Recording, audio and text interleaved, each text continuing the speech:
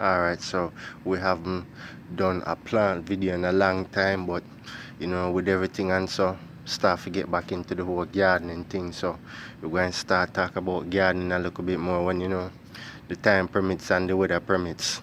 So today is an exciting day. Recently I ordered two plants off of Amazon. As you can see, this one in front of me just come. um this is actually a black elderberry, and I always wanted a black elderberry because they're so good for a lot of different things with your body. So we always buying these elderberry supplements and tonics from the store. Some say, I'm always buying these things. I might as well add it to the list of things that me grow. So I order one off of Amazon. And then Monday also, if you ever hear of prickly pear, it's a type of cactus that goes along with my dragon fruit. I'm going to show you that in a minute. That's supposed to come Monday, but going to talk about this one today. Black elderberry, very good for your body. Nice. So as I said, I buy it off of Amazon. It came up to $25 plus tax, but as you can see, this is the shipment coming, so we're going to do an unveiling, and hopefully I'm not disappointed, because this actually, for some reason, they didn't drop it off at the door, then stuff it in the blasted mailbox, so some of the dirt and so actually was just scattered in the mailbox. So I hope say still nice and healthy when we take this out. But the company that I got it from online is right there, 4-Star Greenhouse. There's the address right there, Michigan. So very decent. They had a decent price online, and the pictures of their plants, they look very healthy. So let's go ahead and unbox it. This is a picture of what it looks like. Proven winners, that's another way name that came up when you look for it online. So here we go. Hold on, I'm going to take this out with two hands. Well, let me see, I can't do it now. I can't do it with one, so 1 minute. So here we have the black elderberry out of the box. Doesn't look bad. Still have a lot of nice green live leaves. As I say, some of the dirt got lost in traveling and the location where they left it, but no complaints still. As you can see, roots them nice and green. Happy about that. So black elderberry, definitely recommend this if you have your own local backyard garden and anything like that. It's a very good thing to have. Very good for your body, as I said. A lot of medical benefits to it. Not much that really comes in the package. You have your box, you have a little wrap for the plant itself to keep it from getting smushed even more. Then your Amazon purchase paper. Very simple. You get what you pay for, and you pay for your plant, so there's nothing fancy about it. As I said, the company again is Proven Winners. This is the name of the greenhouse, so definitely check them out on Amazon or their personal website. $24 for this black elderberry, so I'm going to find a nice spot for plant it. This plant, it does grow as a big shrub or bush depending on how you prune it. I'm not too sure how often it blooms or how long it takes to bloom the flowers that turn into berry them, but as I say, everything grows different. It matters about the care, the dirt, a lot of different factors upon how it's going to produce and how long it's going to produce berries for. So definitely I'm going to plant this either in a bigger pot, or I'm going to find somewhere in the yard that it will look good as foliage, as decoration, and as multi-purpose when we can pick the berry them and give to my little girl. You understand? 2 for 1 special. Win-win. So this is the black elderberry plant. Very happy to this come. Very happy to the leaf them and everything still green. So hopefully we can plant that, and in a couple months or a couple years or so we can actually have some berries. So on to the next piece of the little garden. So Yeah, man. So right over here, as you can see, this is my baby sandbox. She have most of her tie them in there, so for some strange reason. But I don't know, picking do strange things. So over here behind that, me always say when this area is done being used as a sandbox, I'm going to actually turn this area into the area where I keep all of the flowers and stuff. Because you know, my life to grow flowers and things for put in my house for decoration for my baby and then things. So I was growing some sunflowers out of this pot. And as you can see, me I cut off a couple of them and they were actually much taller, but I cut them off, use them as decoration inside of the house for my baby girl birthday. You see it, big up, our birthday was yesterday, August 12th. Big up, big girl. So as you can see, nice little pretty sunflowers. Simple. May have some other flowers in here, some little, I think they call gardenias or something like that, the little trumpet plants you can buy from Publix, but they're not in season right now, so none of them not really grow like that. So let's go over here, and as if you remember from one of my last video them, this is the table that me and the baby did do a little project thing upon. This one, I don't know what the name of this is, but when it blooms some white and yellow flowers. Very nice, very pretty. No smell to them, but then very pretty. We use that for decorate inside as well. As you can see, a little butterfly table. When we go to the beach and thing, we get the shell them. She likes to paint, so we have our arts and craft. Of course, you see, you know, I fear that one, and she love purple, and then see for me one over here, so the green and yellow. Yeah, man. So these are the old sunflowers that we did already pick. We put them out to dry so the seed them can be reused. So I'm not have to buy no more seeds from the store. So hopefully this should take about a week or two to dry completely. So we're going to have more sunflower seeds to plant.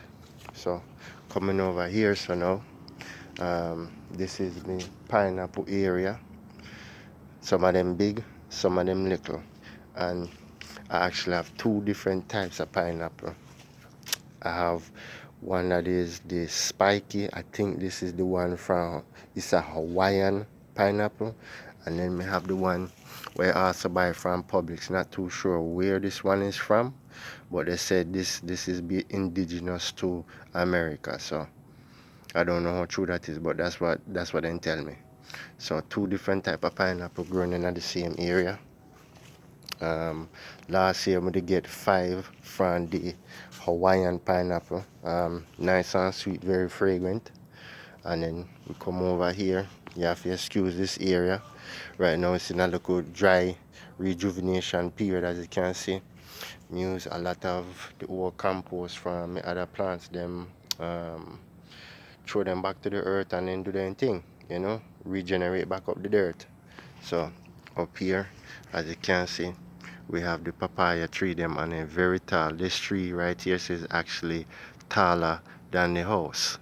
So as you can see, it's full. Over here you can actually see one ready for pick right there, sir. So I'm gonna go ahead and pick that in a little bit, then we'll come back down here. Next thing we have right here, so is the infamous dragon fruit. I never know dragon fruit was a plant like this. Dragon fruit is also a type of cactus, which is very cool. And as you can see, we actually have a couple that's coming out right now, so I'm excited about that. Here's the pod where it comes, where it looks like when it's young. As you can see, there's multiple over there. So it basically grows off of each little spike. It sends out a fruit. That's where the dragon fruit come from when it start budding. So there's a couple on the tree. As you can see, here's another small one right here. And as I say, it comes from where the little spikes are located. And one nice thing about the dragon fruit, it doesn't have spikes on the plant itself. So when they get a little bit bigger, I'm going to show you how it's stable. As you can see here, it's just, look at here, soft, look at here. So actually it grows out, it opens up like a mushroom, send out that white pretty flowers in mid-evening, and then in the daytime it actually closes up back, and it basically sucks in the back itself and then pushes out the dragon fruit. So it's like whoop whoop. So over here you have one papaya tree, and then you have one that actually busted over here, and you have to come through here to see where it actually broke off from because there was so much weight on it. But as you can see, it starts sending new plants from the side. And then here I actually have a different type of papaya. It's a little bit more it's smaller and it's a little bit rounder, and the flesh habit is actually a little bit purpler than the normal orange one. So we're going to make our way around to the next little garden. So over here we have my little project garden. Out here where I live, since it was a new development, you know, so they just throw whatever kind of sand, dirt, rocks and all that kind of stuff. As you can see, big up to the little lizard right there. So but the dirt isn't that wonderful, so it's better if I grow all of my little vegetables them in a pot. So I'm gonna try this new little thing, topsy-turvy. If you never hear some talk about it, this is topsy-turvy. So over here I have my peppers. I'm just plant them coming out of the side of the pot. We have another one back here. So that's the plant I actually have for over 5 years now, and I don't know if it's the way that it grows, because basically you have the nutrients being sucked to the side and up instead of straight up, so the plant doesn't have to struggle as much to suck water and sun. Dry times it basically just falls right to them. Over here we have my tomato plant, topsy-turvy again, as you can see, on the side of the pot, and then it just grows back up and actually it starts to send out a tomato. So you have a couple more blossom on it, and then also in the same pots, as I say, you use them any type of local plant peel, banana peel, anything like that, local table scraps, and you use it as fertilizer and rejuvenate the dirt. As you can see, one of the mango seed them that me actually throw actually start grow. So I'm going to actually take that one out and plant that somewhere. I give that to somebody.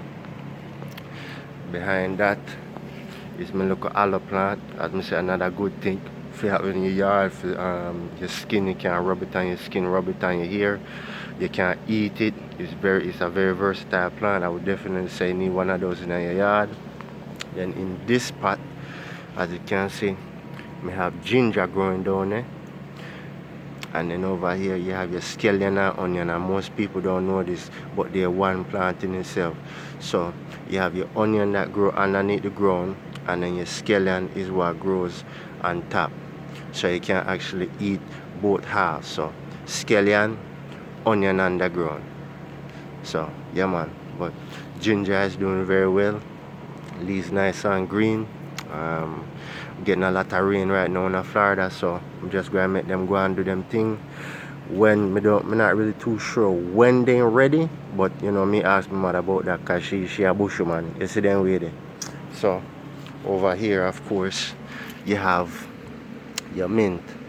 So tea bush, nice fragrance. You can break off some leaf and put somewhere, very aromatic. Then over here you have your sugar cane.